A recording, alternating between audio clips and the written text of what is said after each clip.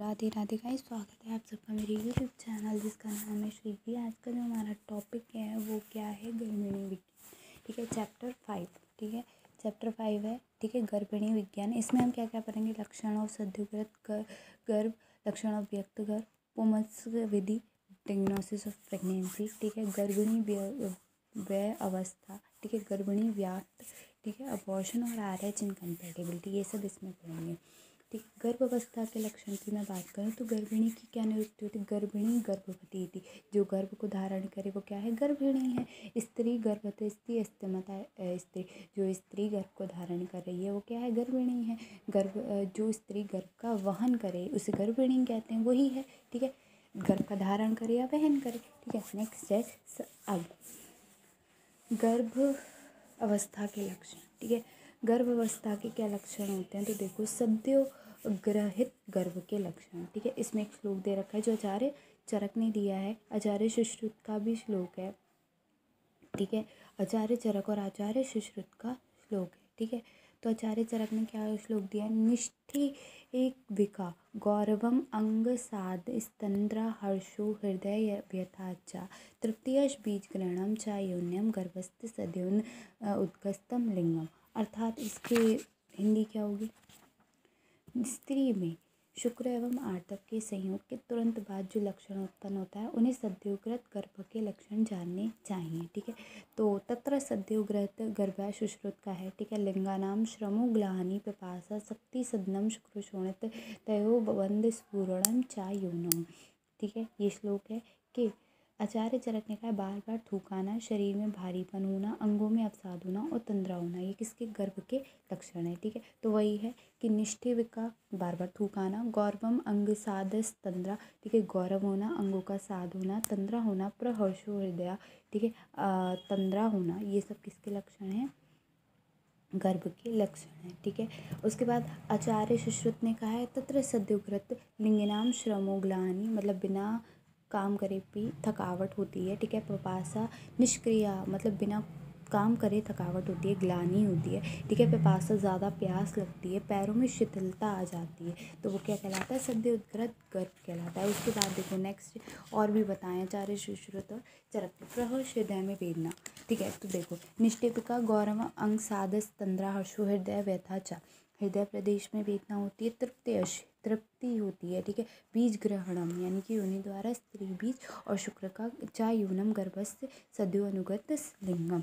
तो क्या क्या होता है चरक के अकॉर्डिंग? लक्षण क्या क्या होते हैं? बार बार थूक आना, शरीर में भारीपन होना, अंगों का अवसाद होना, तंद्रा होना, प्रहर्ष होना, हृदय में वेदना होना, तृप्ति होना, योनि द्वारा स्त्री बीज और शुक्र का ग्रहण होना। नेक्स्ट है आचार्य सुश्रुत ने क्या बताया? तत्र सद्योग्रहित गर्भालिंगानाम श्रमो ग्लानि पिपासा शक्ति सदनम शुक्र शोणित तयोर्भवन्त स्फूर्णम चायुनो, यानी कि थकावट, निष्क्रिय, तृष्णा, पैरों में शिथिलता, शुक्र शोणित की बात को योनि स्फूरण कहते हैं। ठीक है, नेक्स्ट देखो और भी आचार्यों ने दिया है, जैसे आचार्य वृद्धवांग ने दिया है योनि का बीज का ग्रहण होना, तृप्ति होना, भारीपन होना, योनि स्फुरण होना, शुक्र शोणित की रुकावट होना, प्रहर्ष होना, हलास होना, तंद्रा होना, अंगों में शिथिलता होना, प्रसेक होना, हृदय प्रदेश में पीड़ा होना, ग्लानि होना, तृष्णा होना।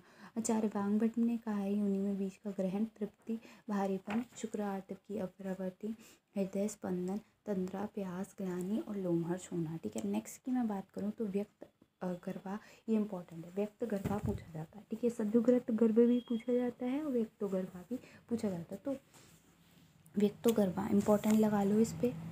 ठीक है, इंपॉर्टेंट है व्यक्त गर्भा। ठीक है, गर्भ के व्यक्त होने पर लक्षण। ठीक है, जो लक्षण स्त्री के गर्भ के व्यक्त होने अर्थात तृतीय मास तक उत्पन्न होते हैं उन्हें व्यक्त गर्भ के लक्षण कहते हैं। 3 महीने तक प्रेगनेंसी ना, पेट किसी का नहीं भरता, नॉर्मल रहता है, तो ये क्या है? व्यक्त गर्भ है कि वो बढ़ने लगा है। ठीक है, तो ये चीज़ दिखाई। तो देखो तद्यथा आर्तव अदर्शनम, आर्तव का दर्शन नहीं होगा। आस्य संस्त्रवण वर्णम अनभिलाषी छद्री अरोचको अम्लत कामता चा विशेषेण श्रद्धा प्रणय अनुचावेश भावेषु गुरुगात्रत्वं चक्षुषो ग्लानिः स्तन्यो स्तन्यमुष्टा स्तन्यमण्डयोश्च कारणम् अतर्त्वं श्रवतु पादयोरीशलोम अराज्योद्रमो योन्या अचाटला त्वमिति गर्भे पयागतो रूपाणी भवन्ति। अर्थात व्रत का ना दिखाई देना, मुख के बार बार पानी का आना, ठीक है, अन्न खाने की इच्छा ना होना, वमन होना, अरुचि होना, विशेष रूप से अम्ल पदार्थ खाने की इच्छा होना, उत्तम और अवर भावों में श्रद्धा का होना, शरीर में भारीपन होना, आंखों में ग्लानि होना, स्तन से दूध का निकलना, दोनों ऊँट और दोनों स्तन मंडल के अधिक काले होना, पाँव में कुछ शोथ होना, उदर में रोमराजी उत्पन्न होना, योनि का अत्यधिक विस्तार युक्त होना, गर्भ के स्थापित होने पर ये लक्षण उत्पन्न होते हैं। आचार्य चरक ने ये बताया, ठीक है। अब आचार्य सुश्रुत के भी हैं, ठीक है, तो उनके भी देखो, स्तन्यो कृष्ण मुक्तता, रोम राज्यो उद्गमस्तता, अक्षी पक्षामिणी च अस्यस्य समील्यन्ते विशेषता, अकामत शयदरति गन्धदुर्जयते शुभात्, प्रसेक सदनम चापि गर्भिणा लिंग उच्यते। स्तनों के मुख से कालापन तथा रोमराजी की उत्पत्ति, आंखों के बाल का विशेष कर मिलना, ठीक है, बिना कारण वमन होना, शुभ गंध से भी त्रस्त होना, मुख से लाल स्राव एवं थकान आदि गर्भिणी के लक्षण होते हैं, ठीक है। नेक्स्ट देखो, ठीक है, अष्टादश संग्रह के अनुसार कुक्षी में भारीपन, शरीर में भारीपन, आंखों में कृशता, स्वर की कृशता, अक्षी के रोम की अस्वस्थता, निद्रा, जृंभा, मुद्रा, छद्री, अरोचक, पाद, शोक, अम्ल भोजन की आशंका एवं उच्च नीच की भावों की आकांक्षा, कपोल, स्तन में भारीपन तथा ओठ एवं स्तन कृष्ण वर्ण का होना क्रमशः व्यक्त गर्भ के लक्षण हैं। गर्भ जैसे जैसे गर्भ बढ़ता है वैसे वैसे गर्भ का भार उठाने के कारण तथा शरीर के पोषक आहार के गर्भ चले जाने से स्त्री का बल क्षय हो जाता है, ठीक है। अष्टांग गर्भ अनुसार क्या है, कृशता आना, उदर में भारीपन होना, मूर्छा, वमन, अरोचक, जंबा, मुख में स्त्राव, शीतलता, रोमराजी का उत्पन्न होना, अम्ल अन्न में रुचि, स्तनों की पुष्टि, स्तनों में दूध का आना, ठीक है, कृष्ण वर्ण का हो जाना, पैरों में शोक, अन्न का विदाह, नाना प्रकार की पत्यापत्य संबंधी श्रद्धा होना व्यक्त अवस्था के लक्षण हैं, ठीक है। नेक्स्ट है उत्तरार्ध, ठीक है, नेक्स्ट क्या है उत्तरार्ध, ठीक है। तो उत्तरार्ध में क्या होता है, रोमराजी, ईषद, पादशो एक्सेट्रा देखने के लिए मिलता है, ठीक है। क्या उत्तरार्ध है, ठीक है, ये कब देखने के लिए मिलता है, आफ्टर 5th 6th और 7th 8th मंथ तक देखने के लिए मिलता है। 5th मंथ में क्या, गर्भिणी कृश, मामा व शोणित का उपक्षय होने से, ठीक है, मांस व शोणित का उपक्षय होने से। 6th मंथ में क्या देखने का, बल वर्ण हानि, बल और वर्ण की क्या होने लगती है, हानि होने, तो उपक्षय होने से, ठीक है। 7th मंथ में क्या होता है, क्लांति युक्त हो जाता है। 8th मंथ में क्या होता है, ओज अस्थिर होते, कभी प्रसन्न होती है और कभी कालांत होती है, ठीक है। तो नेक्स्ट है पुंसवन कर्म।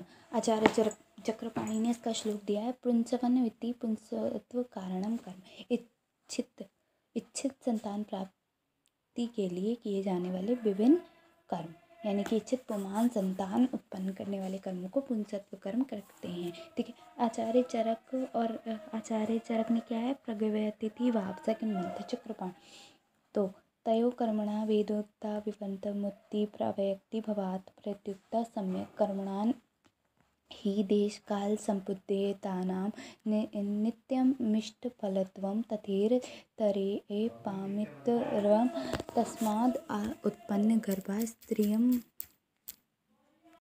अभिसमीक्ष्य प्राग्व्यक्तिते भावक गर्भस्य पुंसमय दत्यता। अर्थात आयुर्वेद में किए जाने कार्यों के, देखो आयुर्वेद में बताए हुए कार्यों के सद्गुण द्वारा तब तक परिवर्तन किया जाता सकता है जब तक कि गर्भ में स्त्रीलिंग, पुंसवत एवं नपुंसक लिंग की अभिव्यक्ति नहीं हो जाती। देश काल की अनुकूलता होने के कारण पुंसवत कर्म में समुचित प्रयोग करने पर अभीष्ट फलों की प्राप्ति होती है। यदि अनुचित देश एवं अनुचित समय पर किया जाए तो अनिष्ट फल की प्राप्ति होती है। इसलिए स्त्री को गर्भवती जानकर व्यक्ति भाव के पूर्व पुंसवत का कर्म कर लेना चाहिए, ठीक है। आचार्य सुश्रुत ने केवल लब्ध गर्भायन के अर्थात जब गर्भ रह जाए कहा है। आचार्य ढल्लर ने इस पर टीका करते हुए नस्य आदि प्रयोग का 3 विभिन्न प्रयोजन बताएं। गर्भ उपलब्धि के पूर्व, गर्भ ग्रहण हेतु, लब्ध गर्भा होने पर, गर्भ स्थापन हेतु, स्थित गर्भ में 3 मास के पूर्व पुत्र संतानोत्पत्ति हेतु, ठीक है। आचार्य वृद्ध भांगवत ने क्या क्या बताया है, तो आचार्य वृद्ध भांगवत ने स्त्री को गर्भवती के लक्षण दिखाने पर व्यक्ति गर्भा होने के पूर्व पुण्य नक्षत्र में पुंसवन कर्म का प्रयोग बताया है। ठीक है, उसके बाद साथ ही 3 अन्य मतों का भी प्रतिपादन किया है। प्रथम 12 दिन तक, द्वितीय 12 दिनों में और केवल युगम दिनों में, तृतीय प्रतिदिन पुंसवन विधि का प्रयोग करना चाहिए। आचार्य इंदु ने 4 काल बताए हैं। प्रथम दिन युगम दिनों में, प्रत्येक दिन और 12 दिनों के युगम में। ठीक है, अष्टांग हृदय ने गर्भ के मासानुवासिक वृद्धि क्रम के अंतर्गत प्रथम मास गर्भ अव्यक्त रहता है और इसमें व्यक्त भाव आने के पूर्व ही पुंसवन का विधान किया है, क्योंकि बलवान पुरुषार्थ दैव को भी परिवर्तित कर देता है। इस प्रकार पुंसवन कर्म हेतु काल कौन से? चरक ने बताया प्रत्ययवा और आपन गर्भा। ठीक है, चक्रपाणी 2 मास तक, सुश्रुत लब्ध गर्भा। ठीक है, डलहर गर्भोत्पत्ति के पूर्व लब्ध गर्भा, 3 मास के पूर्व अष्टांग संग्रह लब्ध गर्भा, प्रयुक्त भाव अन्य मत से 12 दिन तक युगम दिन और प्रतिदिन। इंदु ने बताया प्रथम दिन युगम दिन, प्रत्येक दिन, 12 दिनों में युगम दिन। अष्टांग हृदयकार ने बताया 1 मास तक। सभी आचार्यों ने पुण्य नक्षत्र पुंसव कर्म हेतु उपयुक्त बताया है। ठीक है, नेक्स्ट है पुंसत्व विधि। विधि क्या होती है? आचार्य चरक के अनुसार देखो, गौशाला में उत्पन्न वट वृक्ष की पूर्व और उत्तर की ओर 2 शाखाओं को दो अनुगहत शुंग लेकर रस गुण वीर संपद 2 धान्यमाश यानी कि ब्रीही भाषा या स्वर्ण भाषी या 2 गौर सरसब दही से पीसकर पुण्य नक्षत्र में पान करें। जीवक, ऋषभक, अपमार्ग, सहचारी का एक साथ या अलग अलग एकल द्रव्य का कल्क बनाकर दूध के साथ पुण्य नक्षत्र में पान करें। शफरी या सिद्धि मछली को 1 अंजलि जल में डालकर पुण्य नक्षत्र में पान करें। स्वर्ण, रजत या लोहे की अणु मात्रा यानी कि छोटी सी पुरुष आकृति प्रतिमा बनाकर अग्नि में लाल तख्त होने तक गर्म कर दूध, दही, घी या 1 अंजलि जल में उसे डालकर उस संपूर्ण दूध, दही या जल का पुण्य नक्षत्र में पान करें। शाली पिष्टी को जल में पकाते समय उससे उत्पन्न भाप को सूंघे या उस पिष्टी के जल संशत होने से उत्पन्न रस को रुई की बिच्छू द्वारा देहली पर सिर रखकर अपने हाथ से ही दक्षिण नासापुट में डालें। इसके अतिरिक्त अन्य जो भी ब्राह्मण या अपात स्त्री बतावे उसे पुंसवन मानकर उसका प्रयोग करें। ठीक है, उसके बाद देखो आचार्य सुश्रुत ने बताया लक्ष्मणा, बट के नवीन, अंकुर, सहदेवी, विश्व देवा यानी कि गंगेरन आदि अन्य औषधियों को दूध के साथ पीसकर पुत्र इच्छा वाली स्त्री के दक्षिण नासापुट में 3-4 बूंद डालकर चाहिए तथा स्त्री को उसे थूकना नहीं चाहिए। कन्या इच्छा वाली स्त्री को वाम नासापुट में डालना चाहिए। टीकाकार दलहर ने इसके विवरण में बताया कि पुष्प युक्त लक्ष्मणा को शरद ऋतु में शनिवार की संध्या के पुण्य नक्षत्र में मंत्र पूर्वक उत्तर कर उसके चतुर्थ भाग खदिरकील मूल को किसी भी दिन हस्त मूल या पुष्प नक्षत्र में सूर्याघात के बाद मंत्र पूर्वक उत्तर कर समान वर्ण के बछड़े वाली गौ के क्षीर के साथ नस्य का प्रयोग गर्भ प्राप्ति के लिए ग्राम धर्म सेवन के पूर्व करें।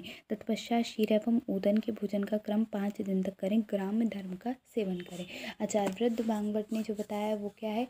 पुष्प नक्षत्र में उद्गत श्वेत व्रती मूल कल्क के स्वरस का नस्य लें। उत्पल कुमुद लक्ष्मणा मूल या 8 वट शुंगों का नस्य लें। पुण्य नक्षत्र में उद्गत लक्ष्मणा मूल कल्क को उदुम्बर फल की मात्रा में लेकर गौदुग्ध के साथ पान करें। गौर दंड, अपमार्ग, जीवक, ऋषभक, शंख पुष्पी, मध्य दंडा, सहचर, नग्न जीव, अग्निज्रवा तक 8 वट शंखों का प्रयोग करें।